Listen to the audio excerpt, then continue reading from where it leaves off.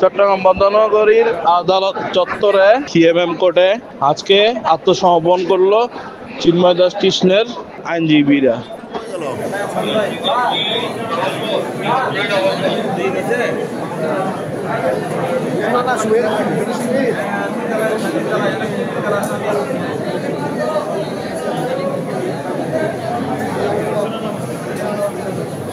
তুমি থাকো কোথায়? আমার দিকে শুনতে দেয়।